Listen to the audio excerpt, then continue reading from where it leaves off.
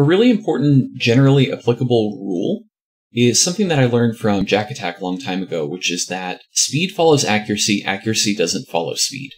What that means is anything new mechanically that you're trying to learn, it's very tempting from sort of an emotional or mental standpoint to want to do that thing really well, right? And when we think really well in StarCraft, right, we usually think of performing the action fast. But performing it fast is only important if we're able to also perform it correctly in a consistent way.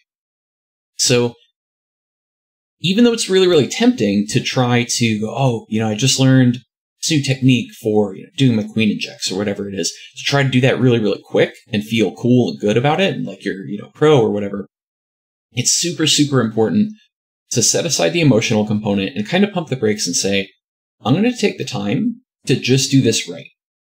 I'm going to do it right, and I'm going to trust that eventually my doing it right will lead to my doing it right more quickly. And in my experience, it completely is the case that it does do that. And I've also found it useful in games where I'm feeling very frantic and something needs to happen. It's very important that it happens. I'm able to leverage that same emotional mechanism to say, I want this to happen quickly, but I really need to just make sure that it happens. So I'm going to focus really hard on just getting the clicks and the button presses right. And then we're going to move on to whatever the crisis in the game is. So I think that that's both really helpful in terms of your growth in the specific case, but also another one of those things that's generally applicable that you can kind of use in your play and in life in general.